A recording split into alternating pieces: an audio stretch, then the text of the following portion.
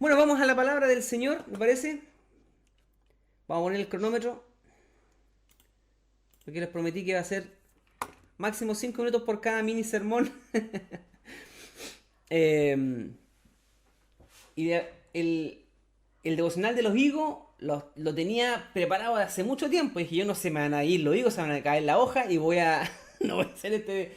Y estaba a punto de grabarlo y lo tenía y lo chuteaba para adelante. Y hoy día se presentó la oportunidad de grabarlo, así que lo grabé y lo compartí. Y yo había notado muchos pensamientos con respecto a... eh, al devocional de la higuera. Pues le puse justamente la higuera, ¿ya?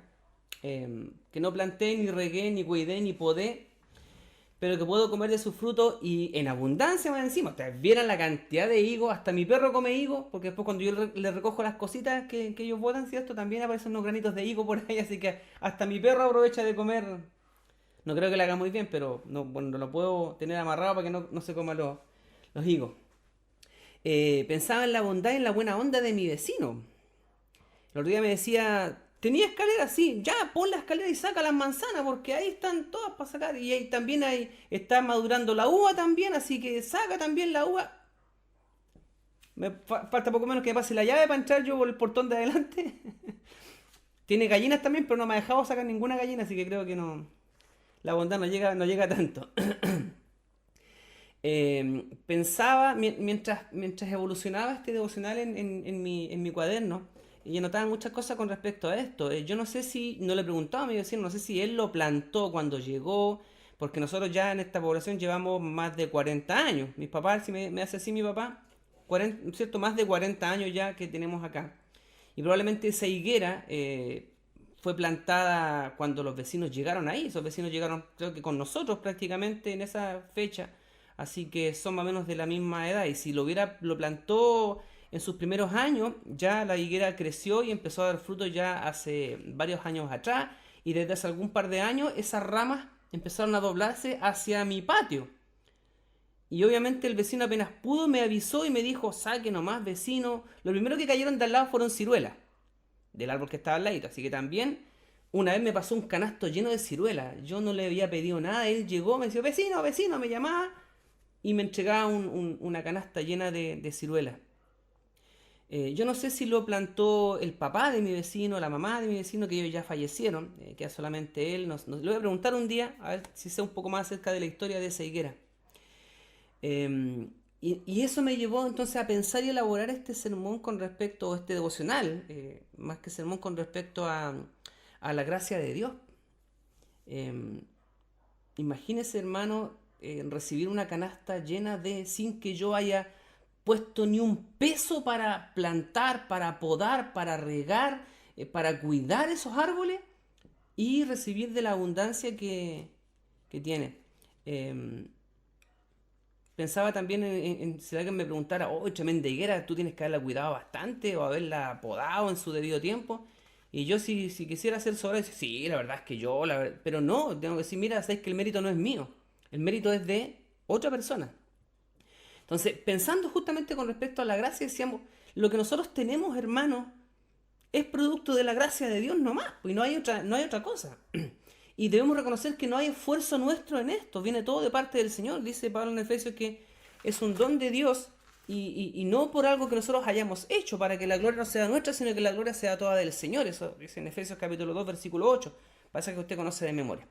Y mientras, no me acuerdo qué fecha empecé a escribir este devocional, pero fue cuando empezaron los higos, que ya fue hace bastante tiempo atrás, y creo que más o menos en enero empecé a madurar este devocional y lo tenía ahí esperando la oportunidad de poder compartirlo con ustedes. Y anoté varios pasajes también que son pasajes satélites de este central. Así que, partiendo desde ahora, yo tengo las 8 con 12 minutos, vamos con el primer mini sermón de la gracia que les prometí ahí en el WhatsApp. Vamos a 1 de Tesalonicenses capítulo 5, versículo 18. Si quieren no lo busca porque usted se lo sabe de memoria. Dice, dad gracias en todo, porque esta es la voluntad de Dios para con vosotros en Cristo Jesús. ¿Cierto? Eso dice el pasaje, usted creo que ya lo conoce de memoria. Y el primer concepto que quiero que tenga en este pasaje es el concepto de dar gracias, ser agradecido. Si hay algo muy feo en la vida, hermano, es ser ingrato, es ser mal agradecido. Esto es súper feo. Por el contrario, una virtud humana y que es deseable y mucho más en los hijos de Dios es ser agradecido. La ingratitud, el ser mal agradecido, hermanos, es un gran pecado. El pueblo de Israel arrastró años con su ingratitud. Es vivir, la gente de este mundo vive sin la conciencia que hay un dador de todo, que es Dios. Así que el primer punto, debemos dar gracias, ser agradecidos de este gran dador que es Dios. En segundo lugar, dice, den gracias en todo. Es increíble, si uno juega un poco con las palabras y hace malabarismos con las palabras, no dice, den gracias por todo. Gracias, Señor, por el coronavirus que se ha llevado a tantas personas. No podríamos dar gracias por eso, ¿cierto? Pero dice, den gracias en todo. Es decir, que aún en medio de circunstancias difíciles, el creyente debe ser capaz de ser agradecido. No decir, gracias, Señor, por el coronavirus. No, sino, gracias, Señor, porque a pesar de esta pandemia, nosotros hemos encontrado un refugio de paz en tu palabra y bla, bla, bla, y podemos encontrar un montón de bendiciones en base a que no vamos a dar gracias, hermanos, por las desgracias, sino por la gracia de Dios en medio de las desgracias. Por eso que el pasaje dice, den gracias en todo, y no dice gracias por todo, para hacer la distinción, ¿ya? No podemos dar gracias a Dios en el sentido de ser agradecidos por la muerte de un ser querido.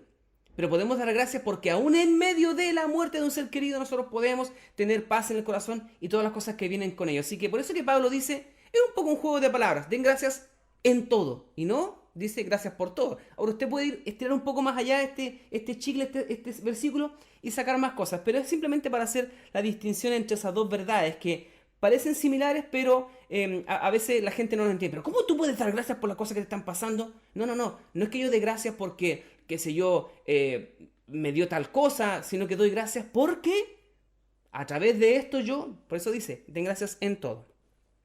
¿Qué más dice el pasaje? Dice, porque esta es la voluntad de Dios. ¿Cuál es la voluntad de Dios? Que seamos agradecidos. ¿Se acuerda el pasaje cuando Jesús enseña la oración modelo? Santificado sea tu nombre, venga tu reino, hágase tu voluntad. Entonces, ¿cómo hacemos la voluntad del Señor nosotros? En gran parte, hacemos la voluntad de Dios cuando somos agradecidos. Por todo, somos agradecidos en toda circunstancia. Así que vamos, repasando, dar gracias, ser agradecidos. En todo, en toda circunstancia. ¿Por qué? Porque esta es la voluntad de Dios.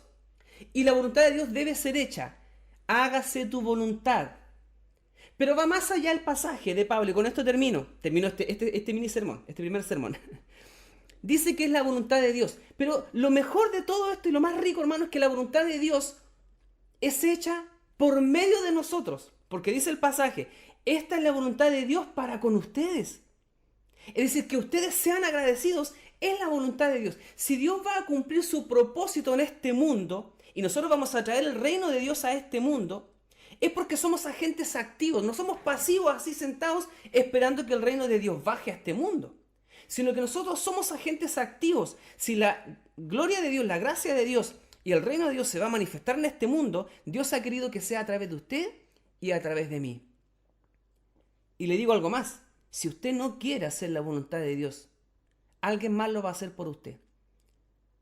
Pero la idea es que usted no se quede sin esta bendición de hacer la voluntad de Dios. La voluntad de Dios para con usted y conmigo, hermanos, es que seamos agradecidos. Y mediante esta gratitud, traigamos el reino de Dios a esta tierra haciendo la voluntad de Dios. ¿Cuál es esta voluntad? Ser agradecidos. Primer sermón está listo, en tiempo récord. Segundo sermón, relacionado también con la gracia, hermanos. ¿Ya? Romanos capítulo 2, versículo 4, que fue el pasaje que utilicé yo en la mañana en el devocional. Y el título para este mini sermón en Romanos capítulo 2, versículo 4 es menospreciar o abrazar. Puede ser que menospreciemos a algo o a alguien, ¿ya? En muchos casos a veces nosotros no menospreciamos a las personas, sino muchas veces menospreciamos las actitudes de las personas. O menospreciamos, no sé, por ejemplo, yo fui al fondo hoy día de una vuelta con mi perro y había mucha basura por los alrededores. Y yo podría escoger entre menospreciar a las personas que hicieron eso, que pueden ser incluso algunos vecinos míos, o yo podría decir menospreciar la actitud de aquellas personas. Así que hay cosas que las personas, ¿cierto?, hacen y que a veces uno no las separa de ellos. Entonces, por un acto de una persona, a veces echamos a perder el concepto completo de la persona cuando puede tener muchas cosas buenas, pero por un error que comete lo podemos echar al agua, que es lo que hablamos también en el sermón de la semana pasada. Y el pasaje dice, ¿acaso ustedes menosprecian la benignidad de Dios? Y el pasaje habla de riquezas. Así que el primer concepto de este mini sermón en Romanos capítulo 2, versículo 4 que quiero resaltar es la palabra riqueza. ¿Riqueza de qué? Dice de benignidad, de paciencia y de longanimidad. Bueno, benignidad, ¿qué es? Benignidad es ser bueno, es la capacidad de ser bueno. Y dice la palabra que Dios es bueno, ¿cierto? Dios es bueno, así que la benignidad es un atributo de Dios que le pertenece a Él. Dios es bueno y es completamente bueno. No es bueno en parte, no es medianamente bueno, sino que es completamente bueno. ¿Es paciente? Claro que sí, Dios es paciente. Mire, usted y yo somos un ejemplo de la paciencia de Dios, por hermano, que hasta el día de hoy nos haya aguantado con todas nuestras mañas, con todos nuestros defectos, y aún así Dios no quiere decir que nos soporta, así que nos aguanta como a duras penas de que, ay, otra vez este cabrito, como dice mi papá, ¿cierto, cabrito? No, sino que lo hace con agrado. No es que se regocije en nuestros pecados y en nuestras faltas. Pero Él es paciente para con nosotros, dice la palabra, ¿cierto? Y la paciencia de Dios se prolonga cada día. Y la palabra longanimidad tiene que ver con largura de ánimo, tener el ánimo largo. Tener buen ánimo o buena disposición. La longanimidad de Dios es justamente esto, ¿ya? Y dice con respecto a estos tres conceptos, a estos tres atributos de Dios, benignidad, paciencia y longanimidad, que son riquezas, es decir, son dadas en abundancia. Y así como las riquezas, uno puede decir que algunas personas, así como se acuerdan del tío rico MacPato, ¿no? ¿Alguien leyó la aventura del tío rico MacPato? Él tenía muchas riquezas, pero las tenía todas en una bóveda. Y era más tacaño, pero más apretado que mano guagua, decíamos. Pero Dios no es así, es abundantemente y gloriosamente rico en estas cosas que menciona el pasaje Romanos capítulo 2 versículo 4, pero en muchas más también. Y son tesoros. Muchos tesoros Dios los tiene escondidos, algunos de ellos, pero algunos han sido manifestados, como estos tres que menciona acá. Porque Pablo dice en Romanos 2, versículo 4, dice que estos atributos Dios los ha manifestado y los ha demostrado a todo el mundo y en abundancia. No son escondidos, no son tesoros escondidos, sino son tesoros públicos al alcance de todas las personas. Es un regalo de la gracia de Dios. Pero aún así, hermanos, hay gente que menosprecia esto. Volviendo al ejemplo de mi vecino, que me ofrece una bandeja tremenda y un aparato grande lleno de ciruelas, deliciosas ciruelas. O que me ofrece de repente una bolsa, me acuerdo que el año pasado, el año antepasado, me dijo, vecino, vecino, y una bolsa tremenda de supermercado llena de manzanas sacadas de su huerta. Usted, oh, te pasaste, tremendo vecino que tenés. Pero ¿sabe qué es lo que hace no sé si decir diferencia, pero lo que le da significado a la bondad de mi vecino? En que yo estire mis manos y reciba lo que el vecino me está entregando. Si yo no estiro mis manos y lo recibo, la fruta va a caer al piso y se va a podrir. Y no va a servir para nada. Por eso el pasaje dice, mucha gente menosprecia esta riqueza que Dios entrega en abundancia.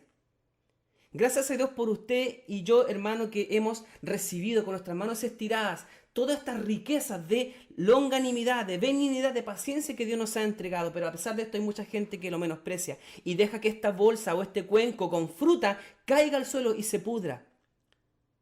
Invitemos a la gente, ¿cierto?, a conocer la bondad de Dios, a estirar sus manos y recibir la misericordia del Señor. Pero esa es una decisión que yo tengo que tomar con mi vecino. Yo tengo que decir, gracias vecino, voy a recibir lo que tú me estás dando.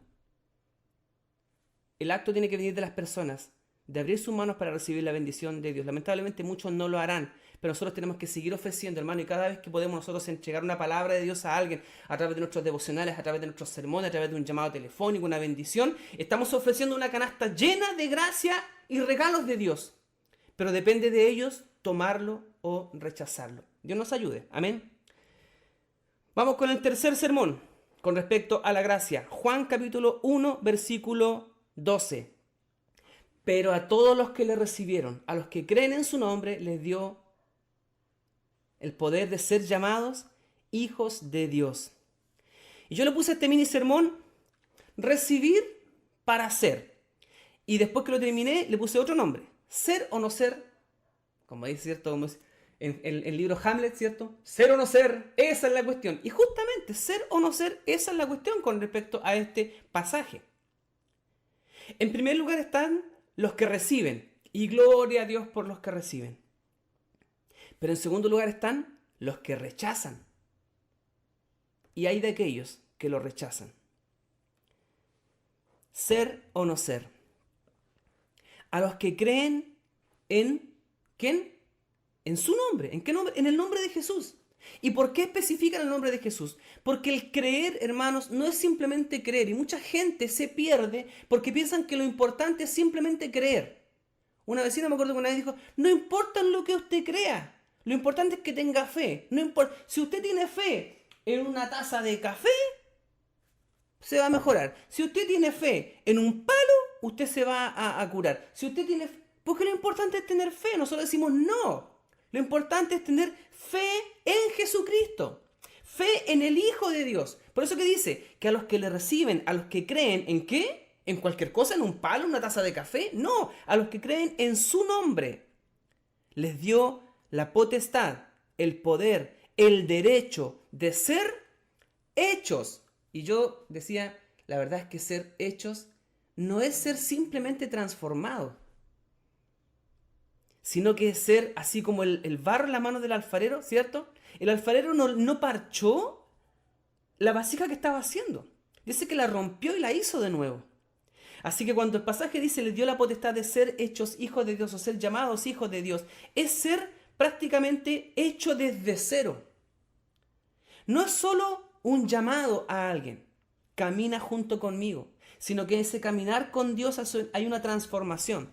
Mucha gente piensa que la transformación debe venir antes de ir a la iglesia o de conocer a Dios, cuando la verdad es que la transformación ocurre durante el trayecto, en el camino. Decía Cristian el otro día, Dios te puede cambiar así. Y justamente la transformación viene de parte de Dios, es una transformación, es hacernos de nuevo. Es, en palabras de Jesús con Nicodemo, nacer de nuevo. Ser o no ser, rechazar o recibir. Recibir, porque los que reciben son hechos hijos de Dios. La pregunta, hermanos, para nuestros amigos, vecinos, parientes o gente que nos encontremos por ahí que aún no han entregado su vida a Cristo, la pregunta es la siguiente: ¿ser o no ser? ¿Serás o no serás? ¿Aceptarás o rechazarás? Use ese pasaje, hermanos, para evangelizar. Es un pasaje tremendo, Juan 1, versículo 12. Y el último sermón, Santiago capítulo 1, versículo 17. Todos estos sermones tienen que ver con la gracia de Dios, regalo inmerecido de parte de Dios. Dice Santiago 1, 17, toda buena dádiva y todo don perfecto proviene del Señor, del cielo, del Padre de las luces, en el cual dice no hay mudanza ni sombra, es decir, Él no cambia. Toda buena dádiva, todo don perfecto proviene de el Padre de la luz, el que no cambia nunca, es lo que el pasaje está diciendo. En primer lugar, la palabra dádiva es el acto de dar, es la intención de dar. Podemos decir que, en primer lugar, Dios quiere dar, Dios quiere regalar. Usando la figura de mi vecino quiere y tiene toda la intención, tiene un corazón tremendo porque cada vez que me pide dice, no, saca nomás, y me insiste, y yo, pero, oye, pues ya me dijiste, sí, está bueno.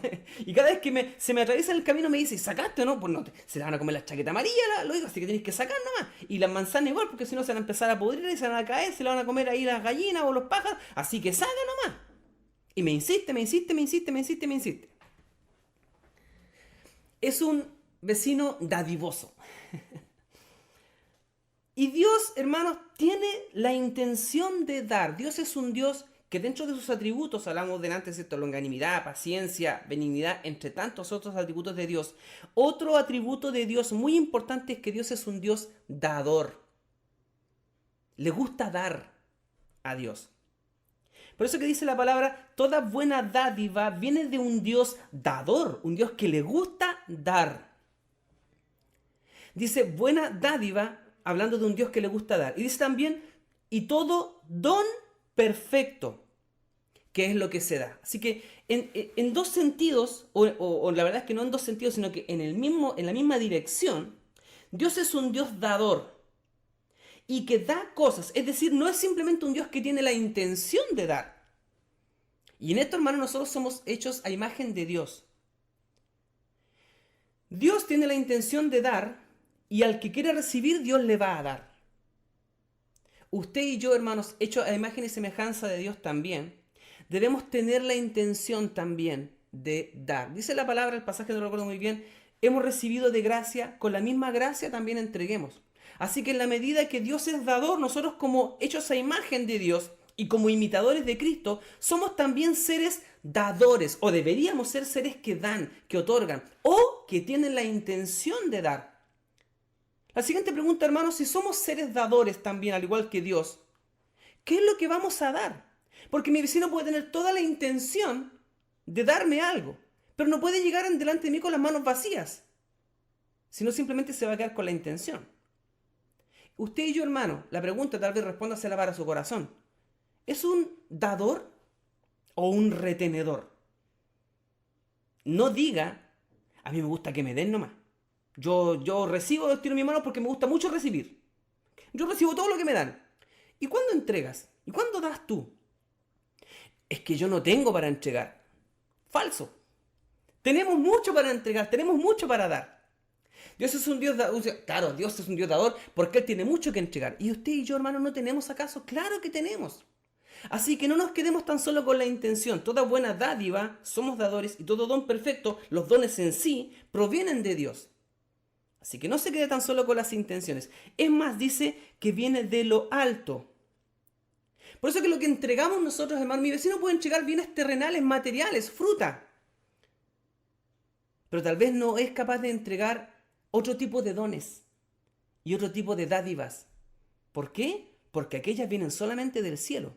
Él puede entregarme dádivas y dones que vienen de la tierra, de lo que la tierra produce, que es bueno, que es sabroso, que es agradable. Pero lo mejor, los dones perfectos, dice el pasaje, ¿vienen de dónde? Del cielo y del dador de todo, que es Dios. Alguien puede ser de la tierra, la verdad es que no puede salir nada bueno. ¿Se acuerdan lo que decían de Jesús? ¿Acaso de ese pueblucho puede salir algo bueno? La tierra no entrega, a pesar de que entrega cosas buenas, no entrega las mejores cosas. Las mejores cosas son aquellas que vienen de parte del Señor. Jesús viene del cielo, el maná venía del cielo, y Jesús es el pan que viene del cielo, dice la palabra. No vino de la tierra, vino del cielo. Y es el mejor pan que podemos recibir.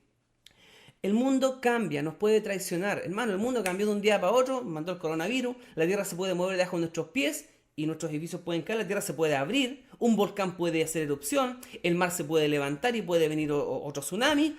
La tierra puede cambiar de un momento a otro y dejar la tienda alada. Pero la palabra dice, toda buena dádiva y don perfecto proviene ¿de quién? De aquel que no cambia, no muta. La Pachamama, dicen algunos. La Pachamama cuando se enoja, ¿cierto? Así que, en cierto sentido, la Pachamama no es algo confiable, 100%. Es buena, es dadivosa, nos entrega el fruto de la tierra, puede decir alguien, ¿cierto? Pero yo no confiaría plenamente en la tierra. Porque alguien puede decir la tierra es medio traicionera. Porque es cosa que se empieza a mover y ya estamos fritos. Pero ¿y Dios? ¿Podrá alguien vivir con temor pensando en que Dios va a cambiar de opinión en algún momento de la vida y que todo lo que dijo nos va a quitar en algún momento? No, porque dice que en Él no hay mudanza ni sombra de variación. En Dios, por lo tanto, hay seguridad. No hay doblez de ánimo. ¿Quiere alguien recibir lo bueno? Acércate a Dios, acércate al Padre de la luz. Es un mensaje tremendo para compartir, hermanos, con aquellos que no conocen al Señor, y también son mensajes de paz para nosotros. Así como Dios da, nosotros también somos llamados a entregar y a dar. Dios nos bendiga. Estos 4 sermones quería compartir con ustedes basados en 4 pasajes con respecto a la gracia y con respecto a los regalos inmerecidos de Dios. Amén. Amén. ¿Alguien quiere decir algo? Levante su dedito, hable ahora o calle para siempre.